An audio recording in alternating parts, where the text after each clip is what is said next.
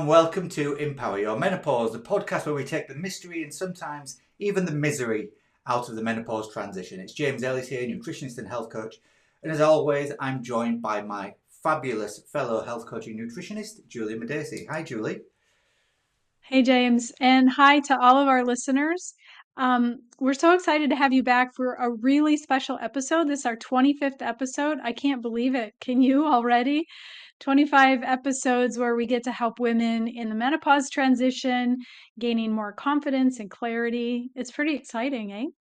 It really is. And time flies when you're talking about hormones, hot flashes, and how to reclaim your energy. And today we've got somebody with us who's, I think it's going to be an absolute treat. Our guest is none other than Jennifer Moe. Jennifer is the co-founder of a company called Pura Collagen.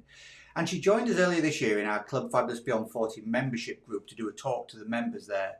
And we had such a fantastic response to that episode that we just had to get her back on to a wider audience via the podcast. And so we're really excited to be able to welcome Jennifer back here today. Yeah, for sure. She's a powerhouse of knowledge and information. And not only has she built an award-winning business, but she's also got personal menopause story that is extremely relatable. And she's going to share a lot of interesting ways that collagen can help throughout menopause. Everything from your joints to your skin to your general vitality, really. Yeah, so grab a cup of tea, whether it's herbal or something else, or water, or something stronger if that's your vibe today, and settle in for an episode that is full of insight, inspiration, and a few laughs along the way. Let's get into it and bring Jennifer on. So, welcome, Jennifer. Before we start our conversation, I know congratulations are in order because I follow you on Instagram and I saw the news of your recent engagement. That must be a really exciting time for you and your partner. It is, yeah. I think it's a good lesson that, there's lots of curveballs in our journey through this great, wonderful life. And so happiness can come at any stage on Yeah, that. yeah. And I take it when you say curveball, it's a positive um, move. This one Uh, is a uh, positive one. yeah. Yeah. This one is a positive one. Okay, so I wonder if we could start off. Um, I think it's really important to give some context to listeners. Would you mind sharing a little bit about your own menopause experience? I know it's informed some of the things that you've done when it's come to Pura, etc. So, how did it shape your views on health and wellness? I think I was definitely an early stage perimenopause person. So and that came coupled at a time where we were about to head into the pandemic. So I started to encounter symptoms that didn't feel normal to me in my, kind of active and professional and travel life. I was starting to have difficulties sleeping. I was having some brain fog. I was experiencing joint pain, and I'm quite an active person. And none of them really made any sense to me. And unfortunately, what I found was as a scientist, I go straight to looking for evidence. I want evidence of what's happening. And I went to a GP and I wanted my bloods tested because I had a theory that this might be early stages of perimenopause.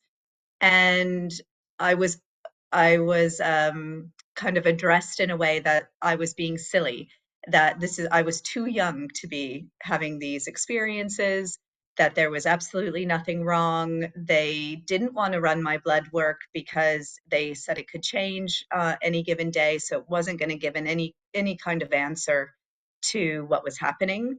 And so I set off trying to find these answers for myself, which I think many, many women go through. So I went to the internet, I went to the bookstore, I kind of gathered as much knowledge as I could. And by the time we had come out of the pandemic and I had decided to go to a private doctor to really get a handle, because I wanted to see the data. That's part of being who I am. But by the time I had gotten there, all of my hormonal tests, both through my bloods multiple saliva tests, so on and so forth, were all that I was already post menopause. I had zero estrogen in my body. So I was essentially functioning on a very little bit of progesterone and some testosterone, and that was about it. So that, you can look at that and go, gosh, that was a really confusing time, or that was a negative time. But actually, as you said, James, that led me on my path to creating Pura, because I knew from a natural world and some substance world that there were ways I could address the symptoms I was going through and take control of that again for myself. So that's exactly what led me to creating my brand. Many women feel Interesting. unprepared by this sort of like stage of life. And I suppose it must have been a big surprise for you when you did those tests and you finally got somebody to listen to you and you saw that your estrogen was on the floor. Was there anything else that sort of like surprised you about your own journey or what you found out during that period? Yeah, I think as the type of person that I am, I didn't want to hand over that something else could be controlling my life.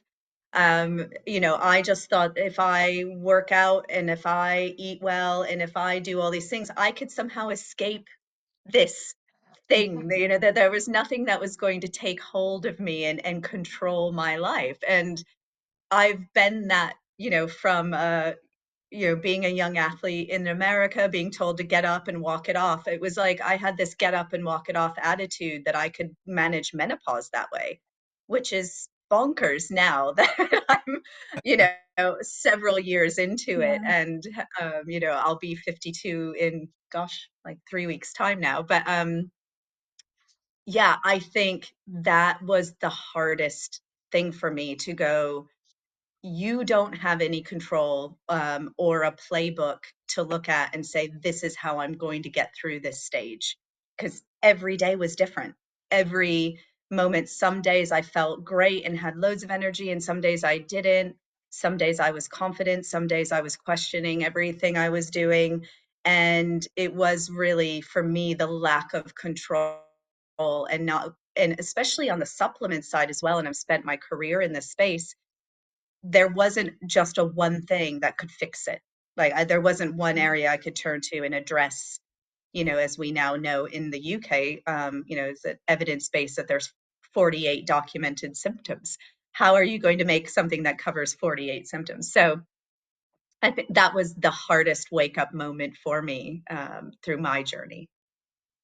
Yeah, a lot of women are dealing with so many different symptoms and up and downs, and it's not the same for any two women across the board. So, just curious if you could go back and give your premenopause self some advice, like one piece of advice, what would it be? Well, I think it's listen to your body. Every day is going to be different. And Mhm. I think we read in a lot of literature um, that this might help X or this might help Y. But I think if you are thinking, I'm going to take a substance or I'm going to take HRT or I'm going to have this one thing and it's going to address everything, the reality is it isn't.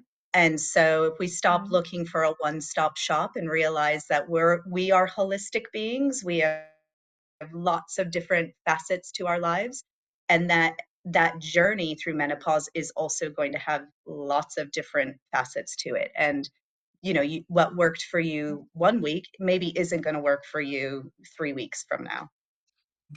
sure. With your And background in... I remember Sorry, go ahead, Julie. I was just gonna say, I remember from your when you spoke to our Club Fabulous Beyond 40, that you were talking about your career. So I'm just curious because I know you were in sports nutrition and you have been working abroad for a long time.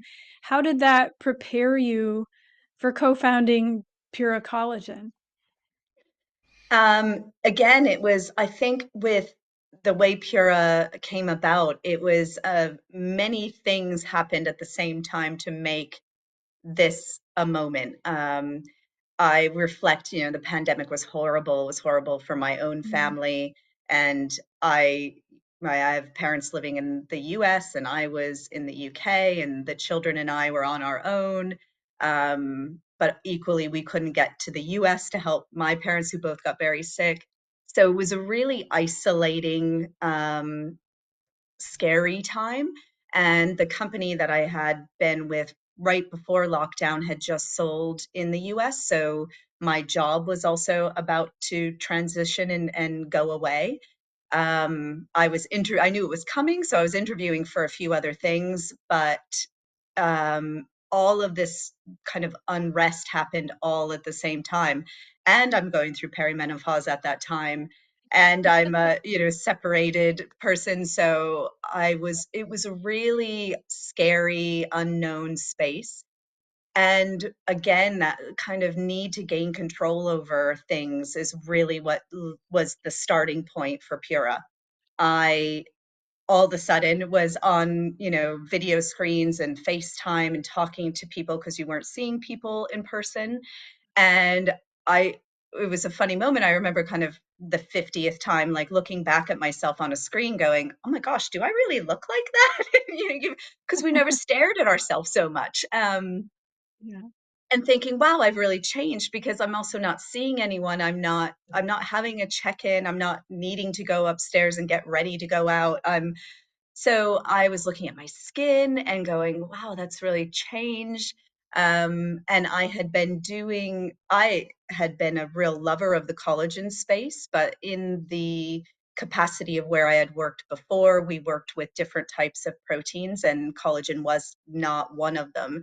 So I was a personal supplement choice that I was taking because I am sitting behind the scenes seeing all this amazing evidence coming out. And just to break it down, collagen is the body's most abundant protein, so it's so important. It's like the scaffolding in our body, but as we age it declines in production. But also for women, as our estrogen declines, so does our collagen accelerate in that decline. So we start losing it, and it has multiple effects throughout the body, from everything about what you may most people, I think, the last time we spoke knew is how it affected your skin, your hair, your nails, but actually it affects everything from digestion to the way you sleep to, the structure of your bones. So it touches so many important parts of the body. And it was something, as I was aging, I knew I wanted to incorporate into my lifestyle.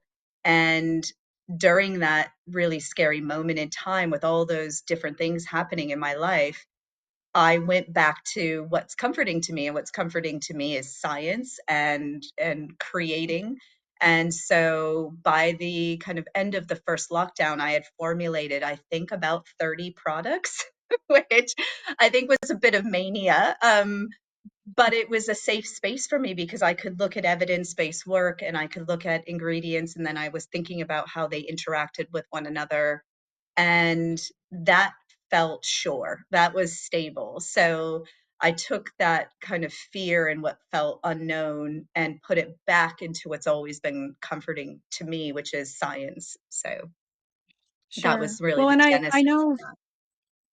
sorry, I know collagen, we talk all the time about how people take it for skin and beauty purposes, basically. But can you talk a little more about its maybe lesser known benefits in menopause? Sure. I think around the body creates collagen in different cells. So, these aren't just one cell called a collagen engine that is making it throughout your body. In different parts of the body, it's a different cell. So, in our skin, for instance, our skin, and I would say your extracellular matrix, is 80% collagen. So if you can think about that, so that's a visual impact. As you make less, you have a visual impact of that change, which is what we see with, our hair changing, or our nails become brittle, or we start to see fine lines, so on and so forth. So that concentration, that collagen's made by a cell called fibroblasts. So fibroblasts need to be stimulated in order to make collagen, and they're in abundance of doing that job in our mid 20s. And I think if we think about our mid 20s, we all looked really great. We felt great. We could kind of go out and do things, and we didn't need to recover. And so that's when your body was in that abundant state of collagen. And the way I look at it, I don't talk about lifespan, I talk about health span. I think about Mhm. how I want to look, feel, move, age. Age is natural. I think I've said it on your to your groups before. The worst word you could say in my office or anywhere near me is anti-aging, because I think that's such a horrible context to think about the way we are evolving, throughout our life. So I wanted this positive approach. I thought about all the concentrations around the body. We talked about skin. So our bones, again, about 60% is collagen. Our tendon, our ligament, our fascia, really high concentrations. Our entire intestinal lining, so of our digestive tract is collagen, our ocular cavity around our eyes. So just about every area of the body, it has this real, high concentration, which just slows down as we age. So if we can supplement, we can help that production kick back into gear. And I think when I talk specifically, I deal with James as a distance runner, and I talk to a lot of athletes. One of the places, so we can see it in our skin, but I think the very next one is our joints. And all of a sudden, Mhm. it just doesn't feel right. We're not performing, or we're not recovering correctly. Um, and that's one where I get a lot of menopausal women saying to me, all of a sudden, my knees hurt or my back hurts, or, Sure. and that's, to me, I don't like it in a sense that I want anyone to not feel great, but I like it because I know there's a fix to that. I absolutely know there's a fix to that. So again, when I developed Flex, it was, Flex is, a powdered supplement. It was to address the whole of the joint tissue, not just one part, because I think what was happening out in the consumer space is it's very easy to make natural products or supplements that are anti-inflammatory. So they take that inflammation away, which is good. But inflammation in joints is there for a reason, and that is to probably just get you to stop moving it because there's an issue. So, what we need to do, if we're talking about joints, for instance, we need to heal the tissue in order to heal the problems. So, that's really the whole approach with collagen. It's address the collagen related store, and hopefully the body self corrects itself. I mean, it's even our immune system, it fuels our bone marrow tissue, which fuels our T cell production. So it's just so crucial. Mhm. And as we age, it's natural to make less, but it's also, if we look at a lot of age related complications or concerns, a lot of them could be, corrected in this way. So that's really why I did the range. And I did the range specifically to target different areas because, as I said, we've got fibroblasts in our skin, but we have osteoclasts and osteoblasts in our bone. We have, so the matrix changes depending on where it is in the body. So, for the benefit of anybody who's watching on YouTube, we've just lost Julie. Um, so, I was just asking Jennifer before Julie ducked out about the 30 different formulas that she came up with. So, I just wonder if you could talk about that again, please, Jennifer. Sure. Yeah, so I wasn't allowed in the lab, and nobody was in a lab at that time. So I formulated on paper, on Excel, putting together off of the evidence-based work that was being used in clinical trials, not necessarily with the blends that I was making, but I was looking up every individual clinical trial on every single ingredient, and then putting together a formulation based on that clinical evidence at the efficacious dosage, which is really key in my world. You can see wonderful claims about a product, but that claim is based on a certain amount of that ingredient. And unfortunately, all too often, that amount that was used in that clinical study is not the amount that you are able to purchase in an over the counter product. So I went to the science. I built the most, most wonderful formulation I could build. Then I would send that off to a lab with the raw material. They would blend that for me, and then they would send it back to me. And I was doing all of this without kind of being in a lab myself. And again, Flex, that we talked about earlier, is a perfect example of that. I did an amazing formula, but I wanted to keep on the collagen side of things, I wanted to keep them all powder based because I didn't want any interruption in digestion. So what I mean by that is collagen raw material starts as a fine white powder. And anything we do to that powder, whether we make it into a liquid, which I'm sure lots of your subscribers have heard, or seen liquid collagens, they've seen gummies or capsules, anything we do to that powder takes it a step away and a step away from its original state.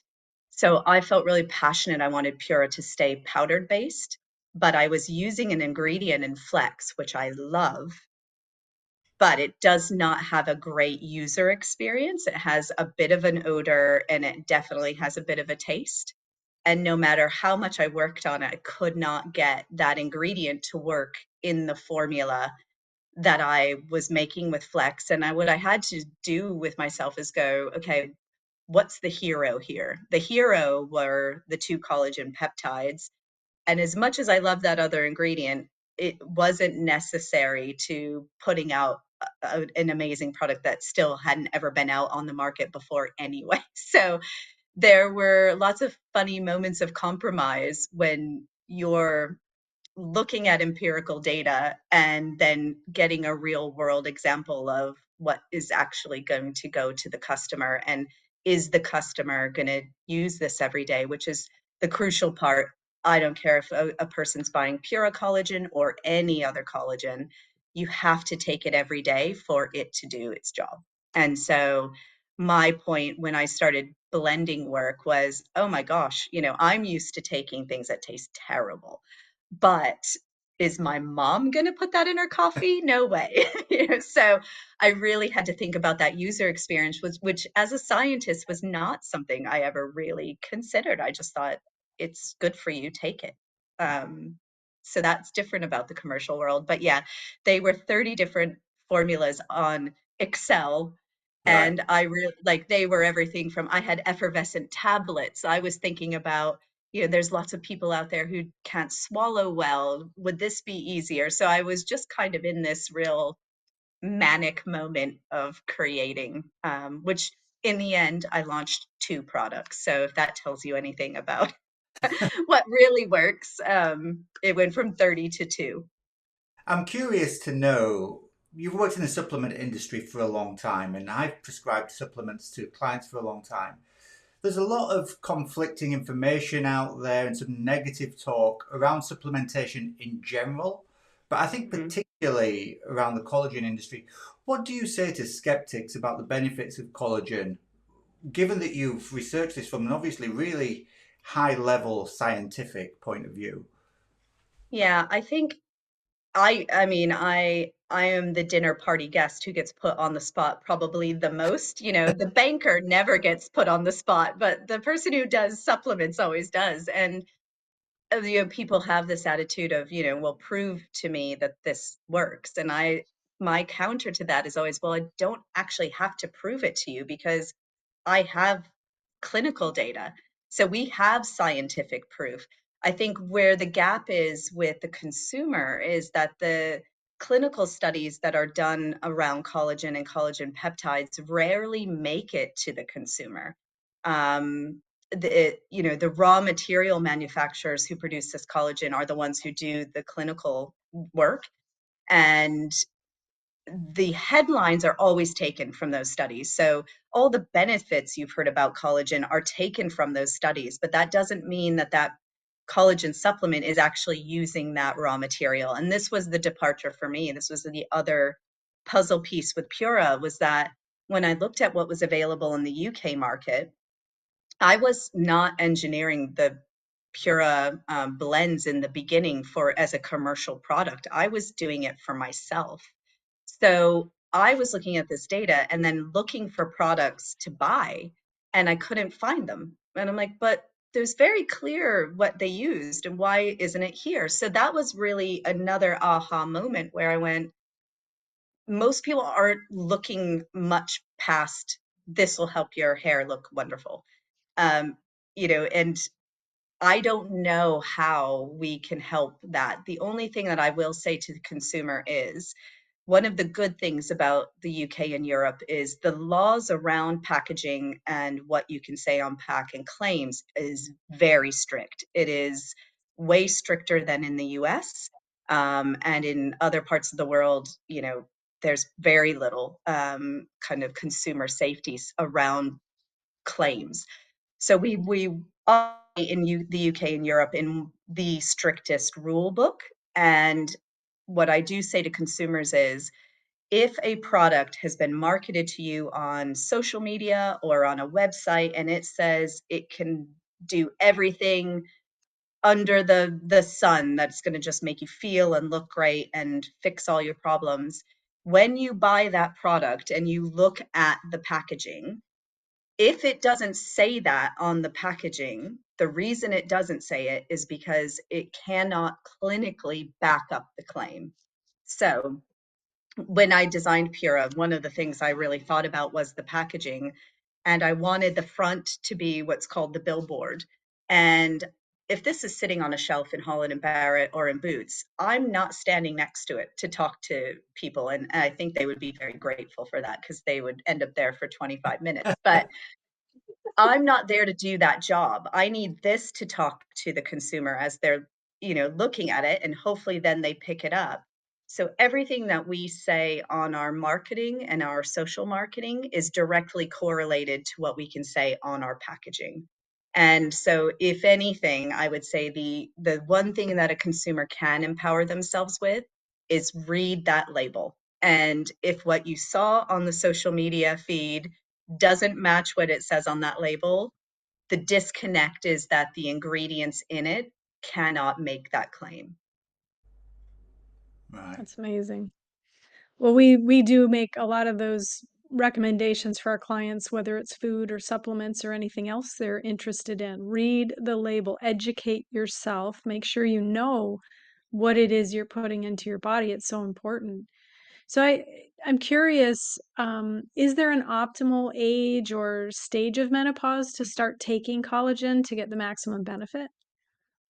Collagen's a really interesting um, substance, in the sense that it's in its basic form. I think we think of it as something fancy because it has a different word, but in its basic form, it's a protein. It's a protein molecule. And just like protein use in our bodies, I was reading a recent study about how much protein I should be getting in my diet, and it was double what I had been benchmarking against. So I think so many factors lead to when and how much and frequency. I would say we start producing less in our mid 20s. And so there is an argument that you could even start your journey sooner. Um, Mhm. there's factors like wear and tear from sport and exercise, environmental factors like sun damage, pollution, all sorts of things, quality of diet. Um, there's all sorts of reasons that you might want to supplement sooner. And then also, I think my approach to supplementation in general is, I don't look at it supplementation as I feel this hurt in my knee or this pain in my knee, so now I'm going to try to find something to fix it. I take products around me so that I never get to the point where there's going to be pain in my knee. So I lived in Southeast Asia for a number of years and worked there, and I was so grateful for that time, because what I learned about the approach to looking after yourself when I lived in China and Singapore and Hong Kong was that it's there's a preventative nature. Everyone is doing things so that they don't have something happen in their later years. So for me, I started taking collagen actually as an athlete, probably in my mid 30s, because I had a lot of wear and tear and I was in pain. And I knew that collagen was going to help me because I was looking at that data. But certainly for any woman going through menopause, the minute you get there, so by our evidence shows that by our 40s, we've lost about a third of our body's total ability to produce collagen. And Wow. then as we hit menopause, that accelerates. So by the time you're 50, you could have lost about half of your body's ability to make it. So for me, it was a sooner get on the train, kind of in my 30s, but equally, it's something that I would say almost like an approach to, as basic as making a smoothie or taking a multivitamin. It's part of my daily routine, and it's also part of the daily routine that I will extend throughout my life. My parents are approaching 80, they're taking collagen. So there isn't a time, I don't really think that there's a time where you're going to go, should I be taking it or should I stop taking it? For me, it was, this is a staple. And I know it's so important to my overall health span that it's just something I've incorporated into my daily life. You've told us quite a bit about Flex, Jennifer. I wonder if you'd mind just telling listeners what are the other formulas you have? Which are the ones that made it out of that Excel spreadsheet of 30 or so that you had and are actually on the shelves? And then I think the other thing Yeah, is you shared a little bit before about how different types of collagen speak to different parts of the body and therefore there are different formulations. How does it work then if you're, as a supplementary question, if you're trying to blend two of those aims with two different collagen powders? And then finally, how does that work if you're also taking a protein powder like many people do? Is there, I guess the shorter version of that question is there a danger of taking too much if you've got all this coming in at once? sure. Yeah, well, it always goes back to that kind of clinical research. So we know how much of a certain peptide affected a desired change. So Flex, we spoke about. Glow was Flex and Glow were the first two products I designed because they were the areas of concentration that were the highest in the body. I consider them what I call the foundation products. I think we know 80% of our skin's protein is collagen. So that's one that when we start making less, we're definitely going to see a difference. And equally with our joints, I was an athlete, so I needed to kind of keep that tissue functional. And obviously, movement is so important to our lives in general. So, when we look at those, I knew exactly how much of that peptide needed to create an effect. So, with Glow, I use a peptide called Verisol, and I can clinically say this makes a change in your appearance within 4 to 6 weeks because that's based on data. Um, but again, what I like to explain to people is that because collagen is just a protein molecule, we don't have to think about it as this scary thing or can I take too much or too little. I would say dosages for my range, dosages are based on science. So I put the amount that is needed to affect a change. When I shop and see things that are 20 grams of protein, I always say to my team, it's like if you've seen the film Something About Mary, and he encounters this guy who's a little bit off kilter, and he says he's invented something called, he's like, you've heard about 7-minute abs. Well, I invented 6-minute abs, because 6-minute abs is better than 7-minute abs. And I often, when I walk down a collagen aisle, I often see these 11 grams and then 20 grams. And it is this like 6-minute abs moment where you're just like, just chucking more in doesn't mean that it's better. And so that is this. Some of these amounts that are out there are artificially inflated for no reason. So with Pura, we based it on the clinical data.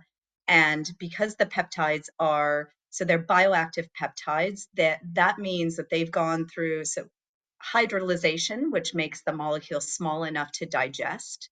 And then we go that little bit step further where it goes through a patented enzymatic process to separate out those peptides to target specific tissue. Um, and unfortunately, that's a patented process, so I can't share much about it other than then it was awarded that patent because it could clinically back up what the work was doing. So we've separated out the peptides so that they're affecting the specific tissues. If you look at Flex, for instance, a serving of Flex is going to give you about 9 grams of protein. So taking Flex in your smoothie, but having Glow in your coffee is still only giving you maybe another 9 at any given time. So if you look out throughout your day, if you were to have a typical, breakfast with eggs and maybe some other, protein sources, you're looking at around 30 to 40 grams of protein in that one setting. So there isn't a documented toxicity level with collagen. I've never come across any data that says that there was an upper limit or that there was an adverse effect. What I would say is the adverse effect would be on your wallet, because we know collagen isn't is it is it's an investment, in your health. So what I would say to people is make sure you're spending it wisely. Make sure you're taking a product that works for you. And when I say works for you, not only is it effective, but also is it something you are taking every day, because that's the key. Um, and so if you're making that investment, make sure you're taking the best thing for you. At any given time, I'm probably on 4 to sometimes 5 different Pura products. We have a product called Sleep, which is one of my favorites, and it's was one of my first steps into flavor, but very complicated to make a flavored powdered product with that you wanted to taste indulgent but didn't want any sugar or dairy, and it still needed to have this great experience. So this one actually took me 27 attempts, but sometimes I have sleep issues. I've been traveling a lot, so I will dip into sleep, or we have an immunity product, which sometimes I'm feeling run down, or the kids have brought every germ home from school, and I'm taking that. But I take Flex and Glow every day. They're just the two foundation products that I believe, I need for myself. And then I also developed a menopausal specific blend called Balance, anchored in a peptide that can only feed that bone tissue. So it's preserving the bone you have and also helping you grow new bone cells, which for women going through menopause, 85% of us will develop osteoporosis. And I felt so passionate about a lot of the menopause messaging was around what you feel. And this is like a silent danger. So I anchored Balance in Fortibone and then built a herbal kind of beautiful remedy around that addressed some of the other symptoms. So I take Balance every day and I take Flex and Glow every day. And then I dip in and out of Sleep and Protect when I feel I need it. But there's no upper limit. This is 4 grams of protein. The other two are around 9.5. That's amazing. So one last question for me. Beyond collagen, um, knowing what you know and having the extensive background you do, what other lifestyle or dietary changes would you recommend to support health during menopause, like that complement the collagen really well? I think a big change for me, especially being kind of a young female coming out of Southern California, I think my earlier thoughts around health were around thinness, and I was so focused on staying thin or my physique. And what's really changed is, with all that knowledge and all those, years spent studying things and being an athlete, I would still look at myself and go, am I skinny enough? Yeah, I've got to be in the weight room, but and I really hate that for women. And I have 2 teenage daughters, and I'm very conscious about that for them. And so what I've taken now into my lifestyle is strength. I'm so focused on being strong throughout menopause. And so the way I train, I could care less if I've, done X amount, hours of cardio or this or that. But what I do focus on is, did I get into the gym and really challenge my muscle tissue? So that skeletal muscle, I'm really focused on. I think I talked a little bit earlier. Protein is such an important piece, I think, for women as we age as well. So I'm really focused on making sure I maximize when I eat. I think about the nutrients I need and not necessarily what's on a plate that's going to taste great. I am that little bit strange, but I think if you're going to have an occasion where you're fueling your body, think about what components you need. And for me, protein is just an area I think women get too little of in general, but we certainly need it a lot more as we go through menopause. So it's giving yourself that kind of allocation of time to move, to challenge your muscle, to supplement. And I don't take a lot of supplements. I take Pura, and on occasion I'll take a hydration um, preparation, a tablet or a powder, just based on what the way I'm training at that time, or if I've been, doing things that I'm not staying well hydrated. And then keeping track of my protein. That's really it. I think I'm really fortunate. I don't know if it's just my genetic makeup, but I cannot recall really being sick in the last 10 years. Other than COVID, I did get COVID, but I don't tend to get sick. I don't tend to get the snivels and the things that the children bring home. I'm on the tube and the train and airplanes probably 10 to 15 times a month. So there's something about the way I guess I'm protecting myself without really overdoing it with any particular substance that seems to be working for me. So I would say kind of navigating menopause, and that was the real challenge, was okay, my body isn't necessarily going to perform the way that I expected it to, but I think the things I've incorporated into my way of life have worked for my journey, and I feel pretty great every day. So yeah. A final question from me, Jennifer. You're a scientist. You're a mum of two girls. You've got a busy, growing company that you manage, and you've now got a wedding to plan with your fiance as well, on top of everything else. And you get to the gym and do your workouts.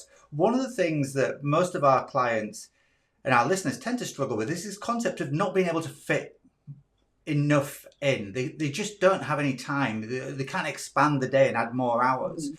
So, how do you actually manage things from a time point of view and retain your sanity, retain the time to have some downtime, all that kind of stuff? How does that actually work for you? I think you kind of put things in place and then they have to change. And one of the things that I struggle with is I mentally beat myself up for that. You didn't get to that, or you didn't do that. So I am in a much better place, I think, when I got to my 50s, of trying to give myself a bit of grace around all the things I have to do in a day. And I've learned to change things. So for instance, my daughters, um, they're both rowers. And so they row a little bit further away from where we live. And my gym was close to where I lived. And I found that because they come home from school and then I'm taking them to training 6 days a week, I wasn't getting to the gym because it was impossible to do my work day and then help them get to practice. So I almost kicked myself. One day I realized that there was this wonderful training center about a minute down the road from where the girls go to rowing. So I just went, oh, well, I'm sitting here in Marlow. I might as well train while I'm waiting. So little micro movements to help you get those things achieved. So rather than sitting in my car or walking around the town, I go to the gym while they're at training. So I can match those two things up. Um, and I have to read before I fall asleep. It's part of my kind of go to bed ritual. And so I like reading scientific stuff. I read studies. So I do a lot of the prep um, of thinking about how I would design and develop product. I do a lot of that before I go to bed, and that's kind of my way to unwind. But then it frees up a little bit of space in the day. And so yeah, you have to make micro movements around what's expected of you and what you can achieve. And then you also have to give yourself a little bit of grace when you don't get it all and you don't do it all. Um, and I think that is something for me that came with age. I think I had to realize that everything was changing. The way you parent changes, the way my business and my career was going changed. And then all of a sudden my body changed. So each of those required me to change up how I did things. And I do that, and going into Christmas, I've really said, you know what, you're not going to be able to achieve this all the time, or you're not going to be able to eat this way all the time, or do that workout because there's a social gathering, and I just let it go. I just let it go. And I know that I'll be back on track, or I'll make a change in January. But equally, there's a few other, just with travel, I take resistance bands with me now, because I might be staying at a hotel that doesn't have a gym.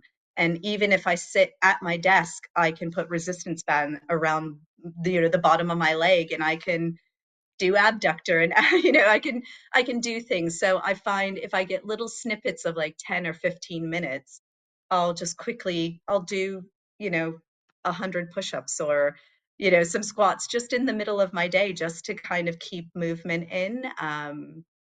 And yeah, you find your little pockets, but it is challenging. And I think that is the hardest thing for women, is we have a lot of load, a mental load. It's the household, it's our careers, it's how we're feeling. And the not beating yourself up about not getting everything done is probably one of the harder things. Amazing. Jennifer, thank you so much for gracing you with your presence again. We love talking to you. We could stay on for hours, but we realise you've got other things to do, and maybe our listeners do too. I've got a meeting in 15. But thanks ever so much, Jennifer. We love you. We love Pura. Where can people go to find out more about Pura Collagen? Yeah, so come to puracollagen.co.uk. Our website is robust, and we have all of our studies on there as well, so you can read the clinicals if you want to. We're on all the usual socials as well, and like I said, we love hearing from everybody. So if you have questions, let us know, and we're happy to answer them. Excellent. Thanks ever so much. Just want to say a huge thank you to Jennifer Moe for sharing her story and giving us so much really good information and practical advice, and taking sciencey stuff and making it understandable, especially to see how all this can help us during menopause. I think we can all agree that that was a pretty amazing episode.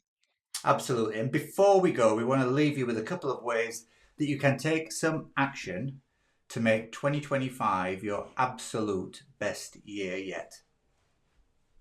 Yeah, first up, we're hosting a special goal setting workshop on December 27th. Now, before you roll your eyes about goal setting, it is actually going to be really exciting. This is a perfect time to set after the holidays and start focusing on what you want to achieve in the new year.